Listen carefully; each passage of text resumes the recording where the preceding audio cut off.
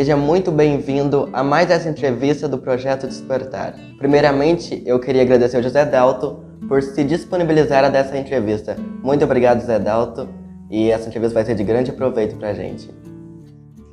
Eu queria primeiro parabenizar vocês por esse projeto. Eu vi quando vocês apresentaram na Câmara, né? Muito bom. Parabenizar os vereadores por ter dado aquele espaço e poder falar, né? E explicar. Deram até algumas ideias também, né?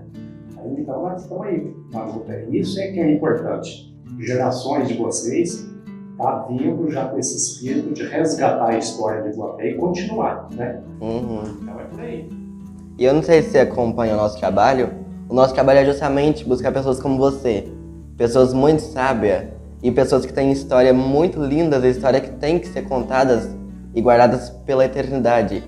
E eu não admito que eu não acabei de ler seu livro, mas tudo que eu li, nossa, você tem uma sabedoria tão grande. Não, mas é muito engraçado, então daqui a pouco nós vamos até falar do seu livro, que, nossa, tem histórias muito boas e que tem que ser guardadas, principalmente no audiovisual, mostrando você contando elas. José Dalto, primeiramente eu queria que você se apresentasse para nós, contasse mais sobre você poderia fazer isso para nós? Com muito prazer. Deixa eu te falar, eu tive a felicidade de nascer lá nos Penas, aqui do município de Iguapé. O lugar mais bonito do município. Era banhado pelo rio Sapucaí, um rio, peixe demais e tudo de bom. E cursei o grupo escolar lá até tirar o 4º ano. Isso em 61 eu tirei. E de lá fui para o Carmo estudar e tal. E então eu sou dos Pena, família dos Barbosa. Meus 2 avós são irmãos. Naquela época a gente não conhecia que pela genética, primo com primo não pode casar. Mas felizmente nós não... E eu acho que o mais anormal que saiu sou eu, sabe? Então, mas eu sei dizer que é lá dos Pena mesmo. Depois vim aqui para Iguapé, fiz o curso ginasial, na época falava ginasial, fui para Passo colegial, e o colegial de Passo era tão bom que era melhor do que um curso objetivo hoje. Eu fui para a Escola Federal sem cursinho, peguei 13º lugar no geral. Então, estava preparado para qualquer coisa, né? Fui fazer mestrado em Lavras, licionei um pouco lá também, e depois papai deu de cima de mim para nós mexer com lavoura e tal. E fomos mexer e fomos bem sucedidos, até que o padre Simão deu de cima de mim para ser candidato a prefeito. Ele queria uma pessoa da roça e que tivesse estudo. E então o Silvio Baldoni me apresentou para ele, que seria eu a pessoa. E daqui dali eu nunca pensei, não queria entrar em política de jeito nenhum, até que um dia ele falou, sabe o que você é? Eu falei, não, covarde. O Iguapé te deu condição de estudo, de vida e tudo, e você não quer colocar o seu nome a serviço do município. Eu falei, padre, tá muito pesado, mas não aceito não. Ele, não, eu sei que você é covarde. Aí, aquele trem pesou tanto na minha cabeça. Aí, quando eu voltei dali 3 dias, falei, padre, os seus argumentos são muito pesados e eu vou aceitar. Ele falou, mas não conta comigo não. Eu falei, não, covarde, você que me joga, põe no mato e tira os cachorros fora. Tem dó, ué? Não. E foi tudo bem, graças a Deus, uma eleição onde nós éramos 4 candidatos a prefeito e eu tive mais que a soma dos outros 3 no primeiro mandato. Não perdi numa urna. Então nós estávamos preparados, o povo acolheu a nossa mensagem e vimos para trabalhar mesmo. E graças a Deus foi uma revolução que nós fizemos nesse município de Iguapé. Olha, eu sou realizado. Depois teve um 2º mandato, porque, olha, não tinha Santa Casa, Iguapé não tinha nada. Montei Santa Casa, fiz aquela escola Antônio Passos aqui dentro do Iguapé, né? Balsa para atravessar para Barreirinho, tudo que eu consegui, asfalto para Ilicínia, esse poliesportivo aqui que não funcionou direito, mas não sei porquê, reforma do estádio Martim Múrcio. E assim, as estradas na época eram as melhores, não tinha nem jeito de ser tão boa, né? Mas o que eu acho mais importante na minha vida, porque a gente veio para servir e a gente se sente realizado de ter podido fazer as coisas. 10 anos antes de eu entrar para prefeito, em 79, quando eu voltei para a fazenda, não tinha energia rural para esse meio abaixo de jeito nenhum. E eu dei de cima, na época em Boa Esperança, tinha a Cercab, Cooperativa de Eletrificação Rural. Fui lá várias vezes, já não tem como bancar uma obra desse tamanho. E Deus me ajudou tanto. Ele falou, até o Rumbudo, que é ali do São Judas, ele e o Paulinho Suzano já tentaram levar do Quarto do Caixão até lá uma rede de 10 quilômetros e não conseguiram, porque não tem como. E eu fui a passo e encontrei um que estava fazendo eletrificação rural lá e tal. Moral da história, consegui colocar energia do Quarto do Caixão até no Pontal, nos Penos. Santo Antônio não tinha energia, a Lalazão, lugar nenhum não tinha. A televisão, quem tinha era com motor, aquela barulhada e tal, né? E então, isso eu sinto muito realizado por esse benefício, antes de ser prefeito. E interessante que na minha campanha eu nem citei isso para o povo, que já tinha feito isso pelo Guapé, né? A vida. E José Dalto, como que foi sua infância? Como foi seu desenvolvimento como ser? Conta, né, como foi sua infância? Menina, a infância foi das melhores. A gente, desde menino, o papai era pescador, o papai era trabalhador demais, mas pescava à noite, melhor pescador também. O papai era fora do comum. Ele é igual São João Batista disse a respeito de Jesus, eu não sou digno nem de desamarrar sua sandália. E eu, a respeito do papai, ele estava muito na minha frente. Mas então a infância boa ali, pescando, brincando, aquela brincadeira era bolinha de gude, caçar passarinho de estilingue, né? Apesar de que nunca matei, sempre errava o alvo. Mas então, muito boa a infância ali nos Pena. Tinha a venda do meu avô ao lado, do Cândido Barbosa. Cândido Barbosa, até eu coloquei o nome dele aqui nesse conjunto habitacional. Cândido Barbosa é meu avô. E ele tinha a venda lá e aquilo cheio de gente. E é interessante, os frequentadores não tinham escolaridade, porque na época não tinha. Mas tinha uma sabedoria muito grande, né? Então eu aprendi muito com ele, escutando ali, o ouvidinho estava aceso ali, escutando tudo, aqueles casos, aquela rima, cantava verso rimado, sempre aparecia um sanfoneiro, um violeiro, tinha um cego, até está aqui no livro, São Vicente, ia para lá tocar e tal. Eu lembro o papai contava que esse cego punha uma baciinha lá, e ele tocando sanfona, ele pedia esmola, ele falava, era meio enrolada a voz, deu esmola, um pobre cego, tá da banda de fora. Aí um outro chegou e falou, você tá falando que tá com a bunda de fora? Ele, não, eu tô falando que tá da banda de fora e tal, né? E aí a pessoa jogava a esmolinha dentro da bacinha e ele tocava sanfona e agradecia. Então eram muitas pessoas que apareciam por lá e a gente vem acumulando esse conhecimento, esses casos. Eu escutava desse povo, né?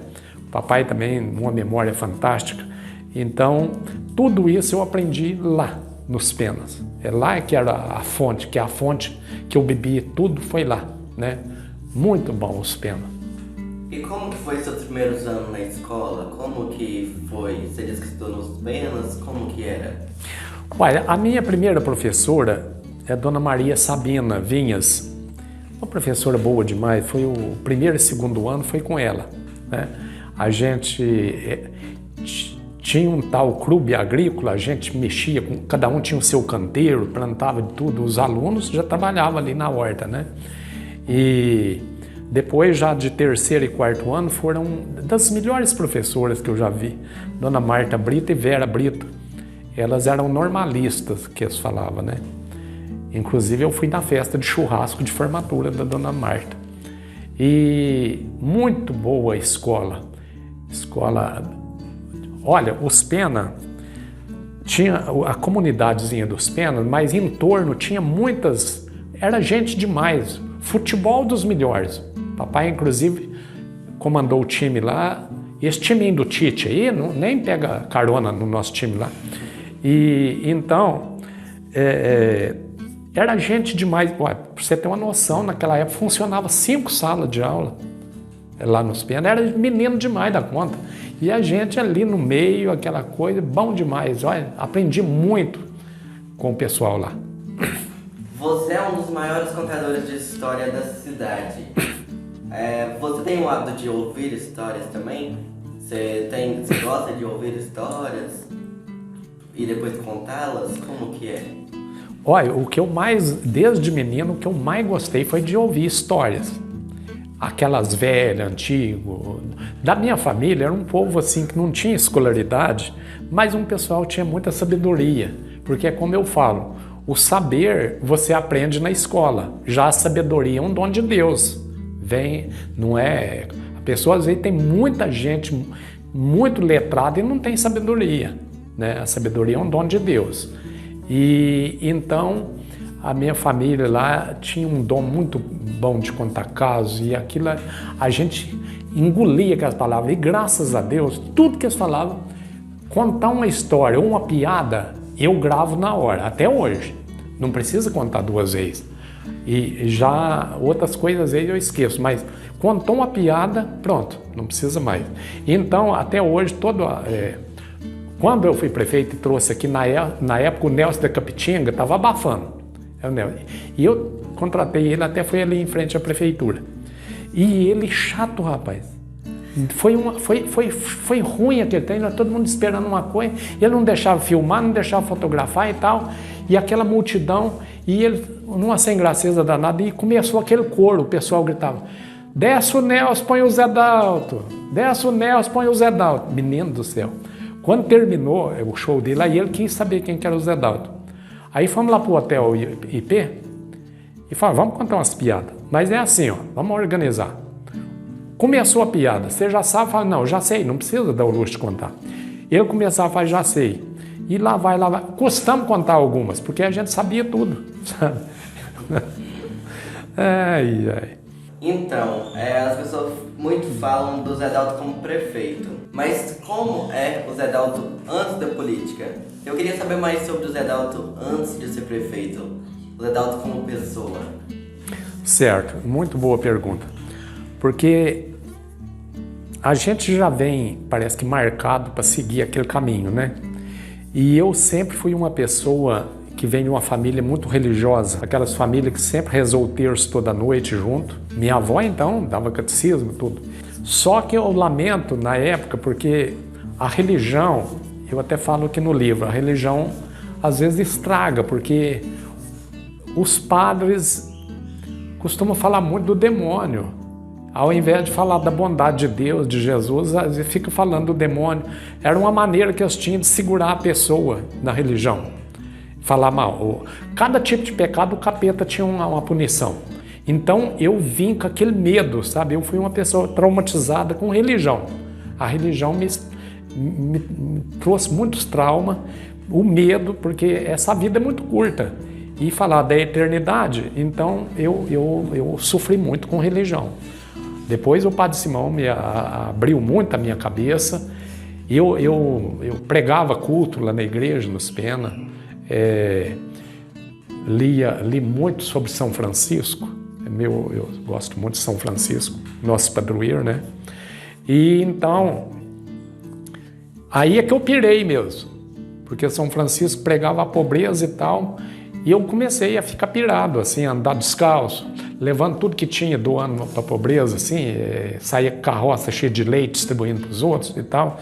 Então, a religião, às vezes, tem uns tópicos meio difícil de passar. Mas depois, passar desses traumas de religião, que foram bastante, nossa, minha avó tinha um tal de falar de assombração, alma penada. Nossa Senhora, aquelas... Desde menino, eu com aquele medo do purgatório, porque além de você, na morte, nunca falava de uma passagem direta daqui para o andar de cima para Deus. Não, antes você ainda tinha que passar num tal de purgatório. E era um fogo terrível. Quando eu fui para o Carmo estudar, era colégio de irmãos de São Gabriel, e eu tinha aqueles sonhos, aqueles pesadelos com o purgatório. Era um fogo verde, parecendo de fogão a gás. Na época eu não conhecia nem o fogão a gás ainda. E não tinha na nossa região. Mas foi muito sofrimento com religião a minha vida, sabe? Depois é que eu me libertei e passei a ver que a religião, a vida é amor, é bondade, é coisa, não tem essa punição. Eu nunca... Hoje eu vejo, não tem como Deus punir uma pessoa, a bondade é infinita, o amor é tanto. Eu, como pai, por exemplo, eu sei isso, eu vejo tanto. O filho pode te maltratar muito, você só quer o bem dele. Isso é nós que somos imperfeitos. Imagina o pai perfeito, né? Então, a gente tem que orientar nossa vida pelo amor de Deus. Não é ficar pirado com muita religião, religiosidade, porque a maioria hoje das igrejas, todas as igrejas, no fundo busca dinheiro, é lucro. Então, você tem que saber separar o joio do trigo aí. Você tem que saber separar o amor, as coisas, porque é muita coisa errada que a gente vê em todas as religiões. Católica, os evangélicos, tudo tem. Tem as qualidades demais, mas esse do dinheiro aí atrapalha muito, né? Foi muito interessante você falar isso, que como você disse, a sabedoria é um dom, né? Eu queria saber, no seu ponto de vista, o que são valores? Valores? Olha, os valores às vezes já vêm com você, da sua genética, sabe? Isso é importante. Eu esses dias ainda estava contando para uma pessoa, quando eu estudava aqui em Guapé, eu fui motorista do Padre João e um dia eu deixei o carro para lavar no posto e um funcionário saiu no Volks e bateu. E o dono me chamou, eu moleque, não tinha dinheiro para nada, me chamou e falou, você vai falar pro padre que o carro bateu, não sei o quê, e depois eu te dou um dinheirinho aí para você. Eu falei, eu não só não aceito o seu dinheiro, como vou falar para ele, pro padre, do que você está me ofertando, e foi que você que tem que mandar arrumar esse carro. Bom, isso veio comigo, esse de valores, você tem que ter uma dignidade. Quando eu entrei de prefeito, fiz a primeira compra de material escolar de uma firma de Belo Horizonte, nem sei mais o nome. Eu sei que eu comprei tanto. Da outra vez que ele veio para coisa lá, trouxe um maçozinho de dinheiro para mim. Chegou e falou, esse aqui é seu. Eu falei, mas que dinheiro meu? Não, esse aqui todo prefeito que compra, nós entregamos 10% para ele. Eu falei, não, mas eu não aceito. Não, mas é seu. Aí eu chamei uma pessoa religiosa, falei, se você quiser esse dinheiro para sua igreja, você pode levar. Eu não quero. Para mim não precisa nada. Isso é dignidade. Deus é o que você, a sua cabeça, tudo que você faz você está machucando. Você tem que ter dignidade, o seu procedimento de vida. Então, eu, graças a Deus, me orgulho muito de mim mesmo, de não partir para corrupção. Não tem corrupção. Por você ter uma noção, eu fui prefeito por 2 mandatos, nunca tive um processo. Minhas contas aprovadas na Câmara e no Tribunal de Contas, limpo. Nunca tive nada. Os vereadores sempre tive o maior respeito e tal, e sempre mostrei para eles, a função de vocês é vigiar o prefeito. Se vocês me criticam, eu que tenho que agradecer, porque vocês estão me mostrando o buraco que eu posso cair. Então, vocês é que me protegem. Pode criticar, o que vocês tiverem que fazer, faz. Então, é assim. Então, os valores da pessoa é a dignidade, você ter a consciência limpa. Isso é que é o maior valor que tem. Inclusive, eu queria falar disso com o senhor, porque a minha mãe está falando esses dias comigo, que ela lembra tudo que o primeiro material escolar que ela ganhou na vida foi o senhor deu, que ela nunca teve nada. Ele chegou com uma mochilinha, com um caderno, com uma caneta, que eles tiveram acesso para poder efetivamente estudar. Como que foi isso? Como que foi esse projeto? O negócio é o seguinte, desde quando eu entrei prefeito, eu chamei a Maria da Graça, ela já era prefeito do Fernando, prefeito anterior. Mas é o velho ditado, em time que está ganhando não se mexe. Ela é competente para quê? Para que eu vou caçar outra pessoa para colocar no lugar? Haja vista que ela está até hoje com o Nelson, né? E então, parti para comprar material escolar, nós levávamos uma pasta cheia, uma mochila, levava a mochila, camiseta, caderno, lápis, tudo quanto há. Todo semestre, no início do semestre, eu ia de sala em sala e eu fazia questão de entregar para a criança. Perguntava o nome dela, porque a pessoa quer ser valorizada. A pessoa quer, então, aí eu achava até interessante, rapaz, porque na época tinha um tal de botar nome em criança, assim, nome em inglês, essa coisa aí, as coisas difíceis. Chegava, como é que você chama? Michael Jackson. Mas não, pelo amor de Deus, não vamos por aí, para esse lado não, né? Então, eu sentia bem. Interessante, até tem uma passagem. No meu segundo mandato, eu fui distribuir material lá numa sala, lá na escola Dona Agostinha. E o filho do prefeito estava lá. E eu entreguei o material. O menino olhou para mim e falou: você é muito melhor prefeito que o meu pai. Meu pai nunca veio numa escola e você vem trazer material para mim. Nossa, a professora queria morrer de vergonha e tudo. Falei, gente, porque a criança, ela é autêntica, né? A autenticidade, não tem mentira, né?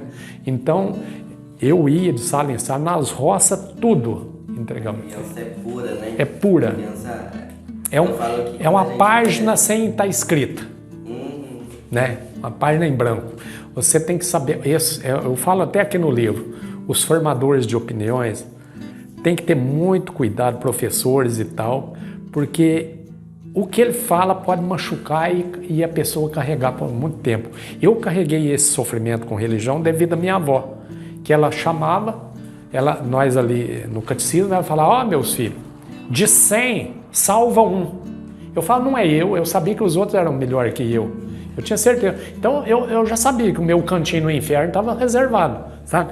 Então, eu falei, gente, isso me marcou muito tempo, sabe? Umas coisas dessas que não podia... É muita tristeza, né?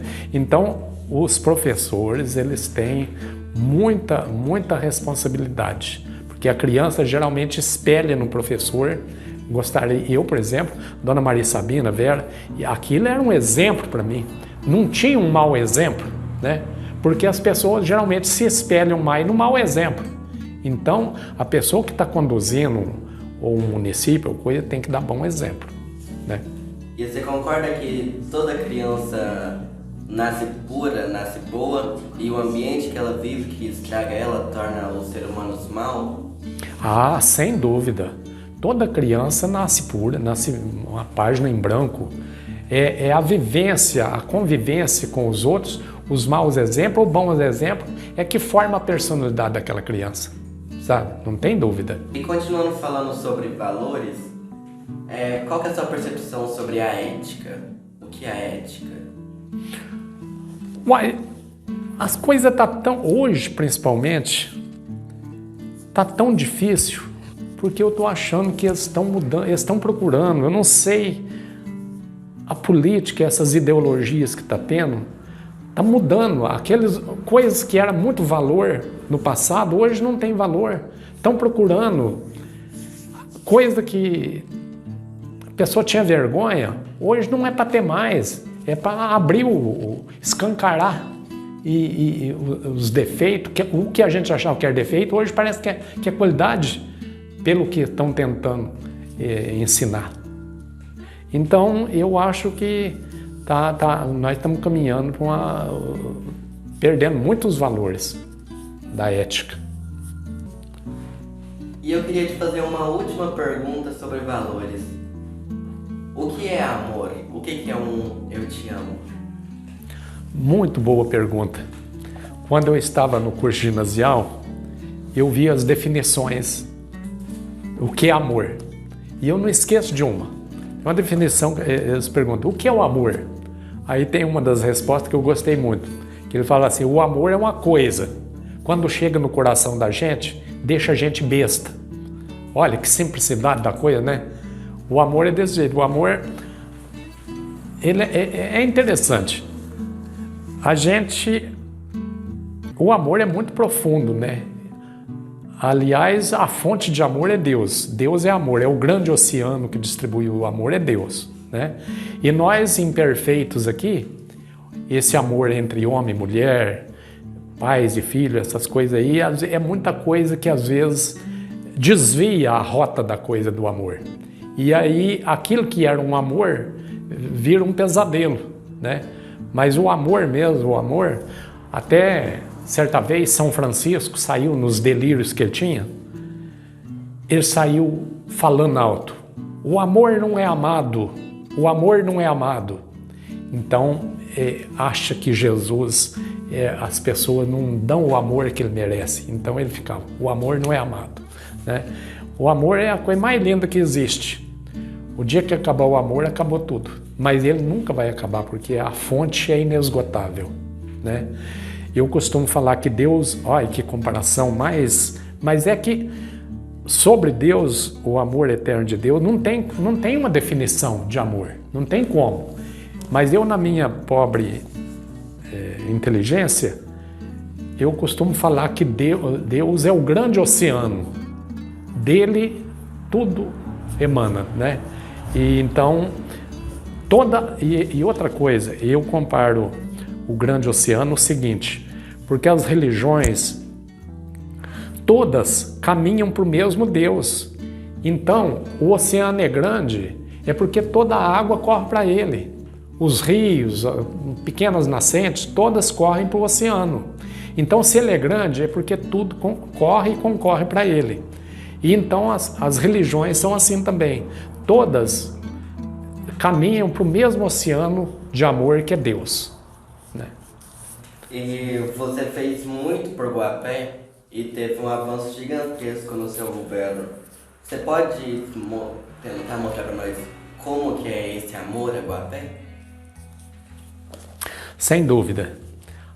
Quando eu entrei de prefeito, eu fiz questão de esquecer a roça, esquecer tudo.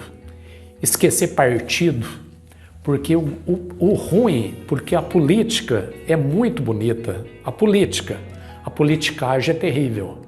Então, muitos prefeitos erram quando ele entra porque você tem que entrar por um determinado partido. O partido, aquela marca que você carrega, é igual você compra uma Reis, você marca a Reis, aquela letra é a sua. Se você é filiado num partido, geralmente você tem que seguir a cartilha, as orientações daquele partido, né? E então, muitos erram nesse ponto, porque a hora que chega lá, vira politicagem. Só coloca gente que é do partido, pessoas que ajudaram e tal. E quando eu entrei de prefeito, eu fiz questão de esquecer o partido que eu entrei, que na época era o PMDB. Fiz questão de esquecer. Eu sou prefeito de todos os partidos. Nunca persegui ninguém, nunca por causa da pessoa ser do outro partido, não. Era pela capacidade. Eu lembro que uma vez eu coloquei uma pessoa e falou: não, mas ele era contra nós. Eu falei: mas eu não estou olhando isso. Eu olho a qualidade da pessoa, não é? Né? Então você tem que esquecer partidarismo e fazer esse negócio aí, né? Foi muito interessante isso que você falou, que a política é diferente da politicagem e a política é uma arte. Você pode falar mais sobre essa arte? A arte da política? A política, ela parece que quase você já nasce com ela, bem dizer. Você sempre tem partidário na família, torce mais para um e outro e tal. Eu não pensava jamais em entrar para a política, para ser prefeito, para nada, de candidatar a vereador. Papai foi vereador uma vez. E eu tive essa felicidade de não guardar ódio no coração. A política, ela é muito bonita. Não precisa ter. As pessoas, eu não voto porque eu não gosto de política. Erradíssimo. Porque o voto é a única coisa, é a única arma que você tem na mão para poder mudar de direção aquilo que você acha que não está dando certo. Você eleger alguém que você acredita que você é o melhor que, entre outros, né? Então, é muito bonita a política e eu gosto muito da política. Sempre, às vezes, alguém me pede algum palpite, eu dou o palpite, mas não quero que siga o meu, não. Que eu falo, eu sou a pessoa que mais erra, mas então, palpite você dá. E você tem alguns conselhos para dar para nós, para a nova geração? Você pode dar alguns? Você, que é uma pessoa muito vivida e que passou por muita coisa, você pode dar conselhos pra gente? Tenho. Olha, primeiro, lealdade. Lealdade, consciência limpa, ser companheiro, ser amigo, amigo do povo mesmo, porque o povão é que faz a política e você chega lá através do povo. E quando você chega lá, você não pode se julgar maior do que o povo. Você tem que saber que você é um elemento daquela massa, né? E então, eu, por exemplo, quando eu entrei de prefeito, antes de mim não tinha esse negócio de gente no gabinete ficar pedindo.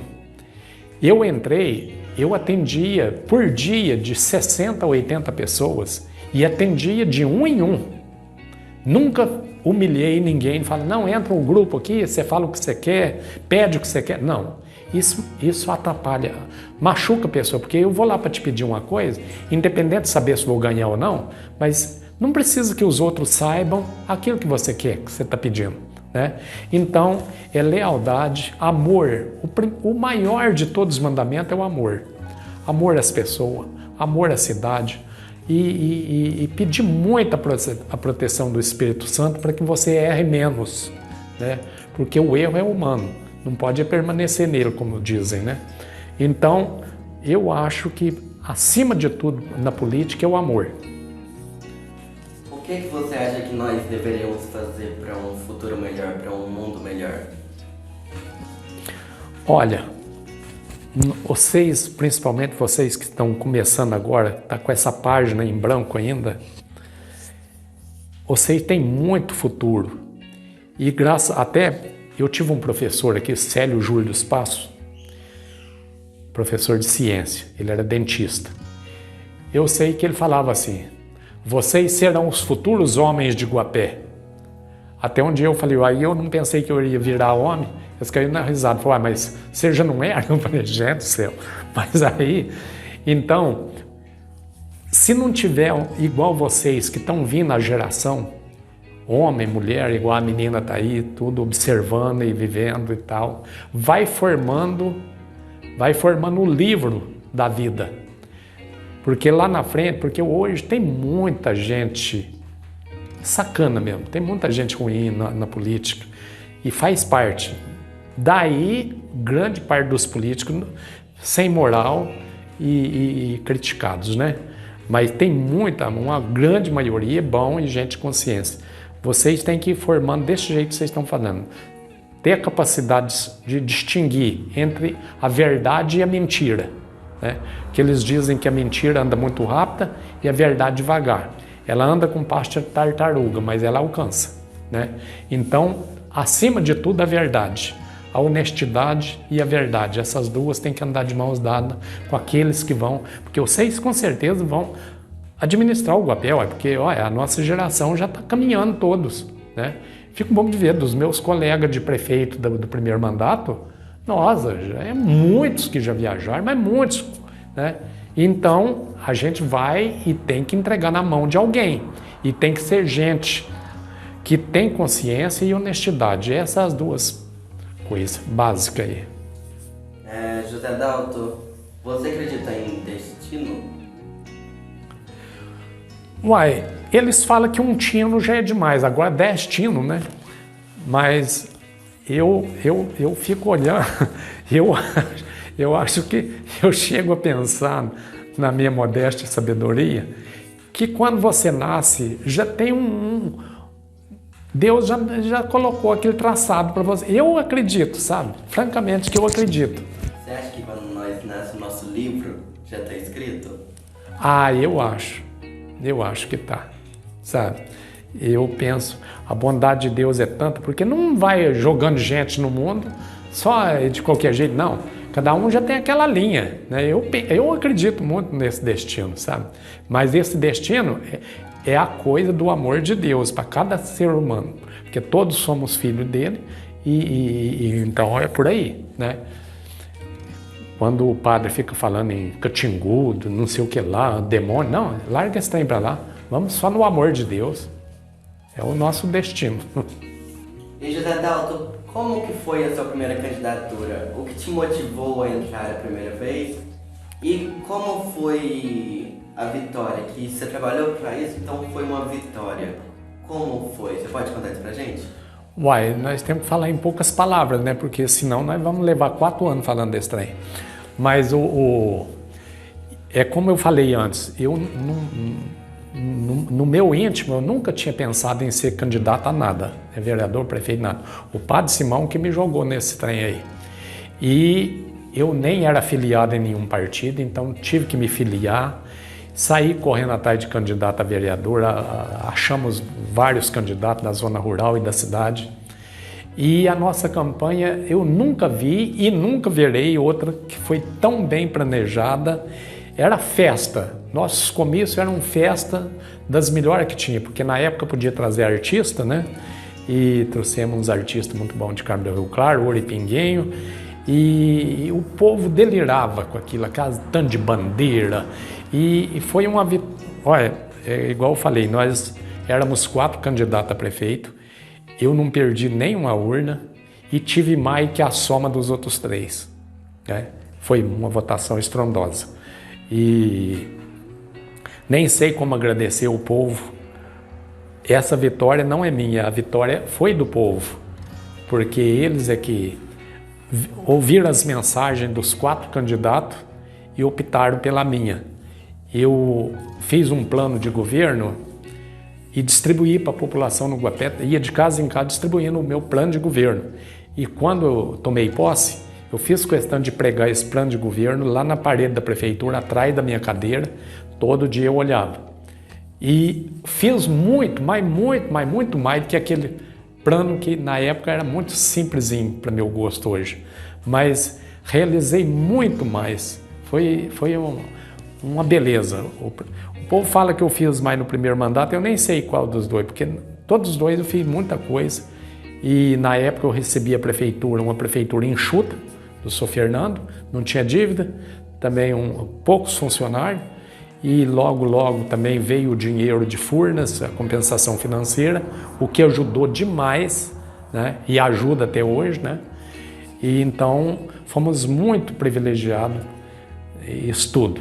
E o povão, olha, uma beleza, não, foi uma campanha excelente. E eu queria saber a sua opinião. O que você acha sobre a chegada do Lago de Furnas? Quando aconteceu, você foi contra ou a favor? Você acha que isso foi bom ou ruim para Guapé? Olha, na realidade, eu vivi todo esse drama Furnas, que é que pode falar drama. Mas o Juscelino Kubitschek foi o maior político que o Brasil já teve. E não terá outra igual ele. Inteligente, uma coisa fora do comum, Juscelino. Então, em 57, ele criou esse projeto Furnas. 57, o que é? Eu tinha 9 anos por aí. E logo, mas a coisa pegou mesmo a partir dos anos 59, 60. Aí já vieram os agrimensores medindo, sabendo as terras que ia ser inundada para negociar e tal. E a politicagem barata, o Juscelino pertencia ao PSD. E a política, e nós na época todo era o UDN, e era contra o Juscelino. Então o pessoal da UDN batia pesado, tinha o deputado Geraldo Freire aqui de Boa Esperança, batendo pesado para não construir Furnas e coisa. Olha, gente, o Juscelino, a sabedoria danada. Até o Dr. Valquires, que escreveu o livro Guapé, ele conta que os prefeitos todos, dos 34 municípios atingidos, marcaram uma audiência com o Juscelino no Rio de Janeiro e para ver se dobrava para não construir a barragem e tal. Quando o Juscelino entrou, ele já derrubou todo mundo. Ele falou, olha, eu quero parabenizar vocês, porque, primeiro, sem energia o Brasil para. E vocês estão cooperando com as suas melhores terras para ser inundada para o desenvolvimento do Brasil. Acabou. Quem que argumenta com um homem desse, uma sabedoria dessa, né? Então, na época foi drama, mas hoje a gente vê que foi muito melhor. Tinha que ter construído essa. Não tinha outro jeito. Senão parava o Brasil mesmo. Hoje, na época foi inaugurada a Furnas, quanto de energia, o Brasil não parou, senão tinha parado São Paulo, Rio de Janeiro, Belo Horizonte, tudo, né? Então foi ótimo, Furnas. E quando o lago chegou, quando o Guapé antigo foi inundado, você viveu isso diretamente? Olha, eu vivi isso o mais presente possível. Aliás, eu fui o primeiro pescador dessa represa. Olha, nós estávamos desmanchando uma casinha velha e o papai, ó menino, aproveita todo pedacinho de tijolo, põe no monte e tal. E aí, na época, o almoço na zona rural era 9, 9h30 da manhã e a janta às 3 da tarde. Então nós lá naquela batalha desmanchando essa casa, chegou o sujeito que foi levar a janta e falou, ó, veio a sua sobrinha do papai, lá de Olímpia, e passou lá na ponte, que é onde está hoje a balsa lá, e falou que o rio já não está correndo mais, que fechou a represa, então o rio já não corre, já está um lagoão lá para baixo tudo. Nossa, nós vimos aquela correria, vamos embora, vamos salvar o que puder. E na época, o pessoal de Campo do Meio, os Azevedo, era muito rico, até venderam um pouco da fazenda para nós, e mandou um caminhão para dar socorro.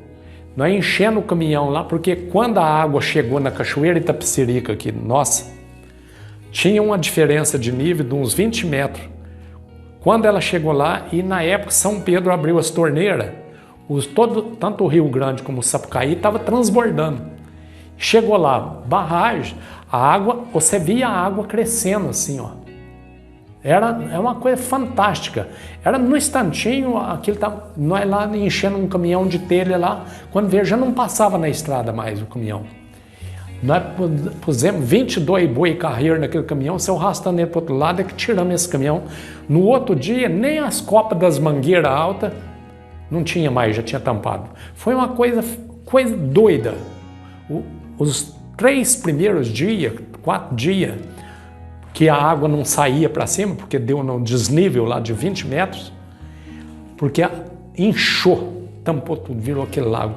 As cobras, as cascavéis, tudo enrolava e punha a cabecinha em cima da água, não morre afogada, né?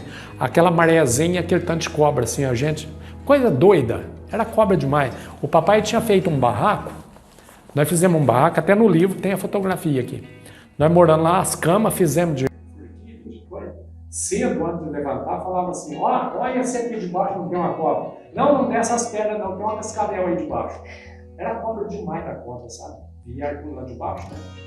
E é que eu falo, naquela época, era desse jeito. Para fechar uma represa, era só fechar e pronto. Jogar água em cima de jet, de tudo. Hoje é como eu falei, quando não salva a última perereca, não fecha uma represa. Tem que tirar todos os animais primeiro. Mas então foi um drama danado, eu vivi isso tudo. E depois, vocês chegaram a perder a casa de vocês com a chegada do Lago de Furnas? Perdeu casa, perdeu tudo. Porque as casas eram mais na beirada do rio, nas partes baixas. Nas partes altas a terra era ruim, não produzia. A alimentação, arroz, feijão, milho, era tudo produzido mais às margens do rio, que eram as terras mais férteis. Onde hoje sobrou, ninguém plantava nesses lugares hoje, onde estão esses cafezais, era terra inculta, na época não tinha calcário, não tinha adubo, a agricultura era totalmente rudimentar. Então hoje, aí depois, no primeiro ano, na época que fechou a represa, as torneiras abertas, chuva demais. No segundo e terceiro ano, um veranico, não deu arroz, não deu nada, um sofrimento. Nós comíamos, mas era canjiquinha de milho, arroz era só no domingo, às vezes um meio arroz. Então teve muita pobreza, mas sobrevivemos a tudo e foi uma beleza. Tinha que ter passado por isso mesmo, foi ótimo. E o que vocês fizeram? Como que foi o processo depois da água de Furnas? Que vocês perderam tudo aí, como que vocês reconstruíram? Como que foi o processo? Olha, quando chegou mesmo, as águas vieram chegando, muitas das famílias foi para dentro de umas igrejas, que era no lugar mais alto, grupo escolar, mas logo também já ia tampando tudo. Não tinha casa fora de onde a água ia. Nós fizemos barraco de tábua e lá moramos, e aí com o tempo fomos fazendo tudo de novo. Foi começar da estaca zero. Não tinha nada de construção, e para você ter uma noção, a maioria das pessoas, aqui no Araúna mesmo, em muito lugar, não deu tempo nem de tirar os porcos capados de dentro do chiqueiro, só abrir as portinhas e sai. Eu lembro que nós tínhamos uns carneiros numa ilha lá, fechou a represa, no outro dia fomos lá tentar salvar os carneiros, nada, já tinha tampado tudo. Nem sei para onde foram esses animais. Foi um sufoco, uma coisa fora do comum, porque eles não avisaram. Pra você ter uma noção, o papai procurou o juiz de direito aqui na época, falou: doutor, eu tô achando que esse ano, isso em 62, tô achando que esse ano eu não vou plantar nas beiras de rio não, porque tá falando dessa represa que vai fechar e tal. Aí o juiz falou: não, pode plantar, eu fico sócio seu no lucro ou no prejuízo, porque primeiro eles vão avisar que vai fechar. Aí nós vamos impetrar mandato de segurança, nós seguramos mais 60 dias, depois mais 30. Aí nesse prazo você colheu. Ah, não teve aviso nenhum, é água em cima, some daqui cambado. Então... Faltou muita comunicação nesse processo, né? Hein? Faltou muita comunicação nesse processo. Foi, não, e ele nem podia fazer também, sabe? Hoje que eu vejo que não podia, senão vinha esses processos jurídicos, travando tudo, e aí a coisa desandava, né? Foi bom não ter. Eu acho que tinha que acontecer da forma que aconteceu, né? Tinha que ser assim, né? Não tinha outra opção. Não tinha outra opção. O Brasil precisava disso, né? O Brasil precisava, não tinha como.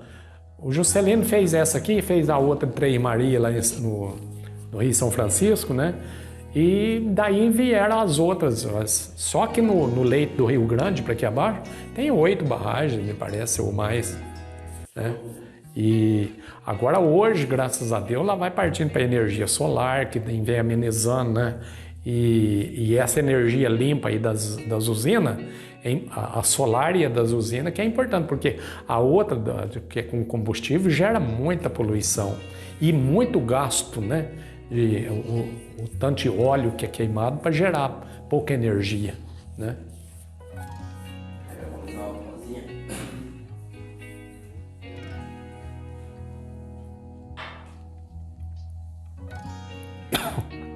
E voltando ao tema que nós estávamos falando, como é ser prefeito? Qual é o sentimento de ser representante do povo? A princípio, vem um certo orgulho, porque não deixa de ser um orgulho ser prefeito. Quer dizer que você foi escolhido pelo povo, quer dizer que o povo acreditou em você. Isso lhe traz um certo engrandecimento, parece que você fica meio nas nuvens. A princípio até que baixa a bola e você põe o pé no chão, sabe? Então, a princípio é um sentimento de orgulho, mas depois quando você vê a realidade e tudo que está por frente, os desafios a ser realizado, aí você volta, aí é dia e noite pensando. Quando saía de viagem, que saía o município para fora, me dava uma soneira, porque eu deixava os problemas aqui, sabe? E é muito pesado, o cargo é pesado, sabe? E como é trabalhar para o povo? Como que é isso? O sentimento, como é? É um sentimento muito bom. Você se sente realizado, saber que você está levando o bem, porque você quer levar só o bem. Ninguém quer levar o mal, né? Ninguém quer fazer coisa ruim, coisa desnecessária ou perseguir alguém. Então é uma realização muito grande. Você se sente realizado e eu acho que isso, diante de Deus, é muito bom, porque você está conduzindo o povo. Desde os tempos imemoriais, tem os líderes que conduzem o povo, né? Então é muito gratificante você conduzir o povo com honestidade e sem perseguição. E o povo precisa de um líder, né? A gente precisa de um representante, né? Nós ainda não evoluímos ao ponto de vivermos cada um por si, né? A gente precisa de ter alguém para nos representar, para levar uma ideia à frente, né? Daí a minha alegria, que eu já falei de vocês estão caminhando, vão ser os grandes homens para frente, se Deus quiser. E então, tem que ter a liderança. E esse processo democrático de votar e eleger aquela pessoa. Quando não dá certo, eu já tiro aquilo de lá, ué, né? O mal não pode ser eterno, um câncer lá não. Então é muito importante e eu fico satisfeito que estou vendo com muita esperança vocês, essa nova geração, quem vem chegando, porque vocês vão conduzir isso. Está na mão de vocês, daqui uns tempos. Aí vocês falam, o finado Zé Dalto fez isso, aí já é só placa. Placa de uma rua, de uma pracinha, né? E agora o livro eu vou ficar bem tempo ainda para frente, porque o livro marca. E falando de Zé Dalto e seus casos, você podia contar uma história muito marcante para você, uma que te marcou para a vida? Mas são tantas que nós não sabemos nem por onde começar, né? Porque desde criança vim com essa coisa aí, aprendi muito, né? E muitos bons exemplos. Esses casos, o que nós poderíamos contar, né? Um bem marcante que te marcou para a vida toda. O que me marcou muito foi o que eu aprendi com o Padre João, sabe? E as últimas palavras que eu ouvi da boca dele. Um dia antes dele viajar para o andar de cima, ele foi lá em casa, eu levei suco para eles nem desligaram o carro, tamanho era a pressa. Dia 23, salvo engano, 23 de maio de 83. Ele pegou a minha mão direita entre as dele e virou para minha mãe e falou assim: o José Dalto vai ser muito feliz na vida. Virou o carro no outro dia cedo, viajou. Olha, isso me marcou demais da conta, sabe? Coisa muito profunda. Esse padre estava vendo o futuro. Estava vendo que o Guapé ia precisar de mim, né? E aqui no início também, o que foi até prefeito de Licínio, o João Alvarenga, falou: volta para estudar, eu tinha parado, volta para estudar, o Guapé vai precisar de você. São coisas assim que, né, extraterrestre. Ai. Então, José Dalto, eu queria que você falasse mais agora sobre o lançamento do seu livro. Você acabou de lançar ele, né? E a população está adorando porque é muito legal conhecer essas histórias. Você pode contar como que foi o lançamento desse livro? Menino, é uma benção. Eu li um livro aqui de Guapé que estava deixando alguma coisa a desejar a respeito do Monsenhor João Henrique, que ficou 50 anos aqui comandando a nossa cidade. O Padre João mandava mais que o prefeito, mandava mais que tudo. Ele falou, estava falado, não tinha jeito, né? E então eu pedi muito a Deus, pela intercessão do Padre João, para que saísse esse livro. Isso é rápido demais, nem eu sabia que ia ser tão bom e tão rápido.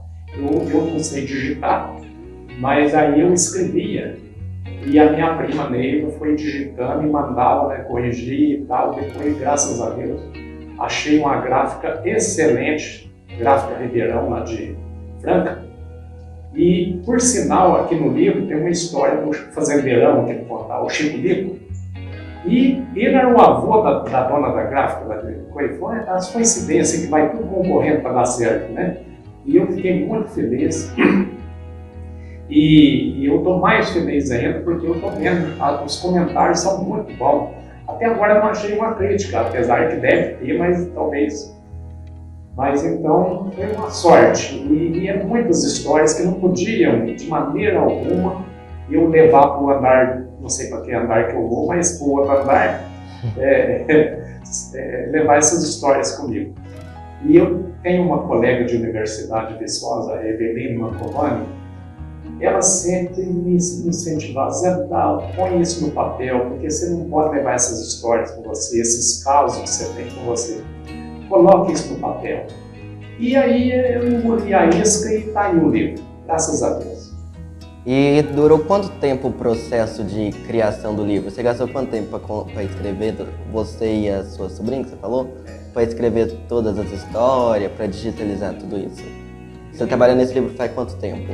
Menino, nem eu estou a acreditar, porque foi o ano passado, em torno de mais ou menos, mês de agosto, Eu falei, vou escrever esse livro. E comecei a escrever, escrevendo, e quando foi agora, já em março, estava já editado, lançado o livro. Foi muito rápido. Aí aquelas histórias estavam e estão na minha cabeça, é só passar por papel. E tem muitos aí. Eu fiquei com medo de fazer um volume muito grosso e as pessoas, quando vê uma coisa assim, às vezes nem lê por preguiça. Mas o pessoal, tá cobrando um segundo livro. Não, gente, nem o primeiro saiu ainda do forno. Vamos aguardar um pouco. E sobre isso, Adalto, eu queria te fazer uma pergunta. A ideia do livro é comercializar ele? Você vai vender ele ou você vai só doar? Olha, até agora nós só doamos. E nós doamos 120 exemplares lá para Casa da Cultura. Lá eles estão vendendo, onde a metade fica para Casa da Cultura e a metade para a PAI.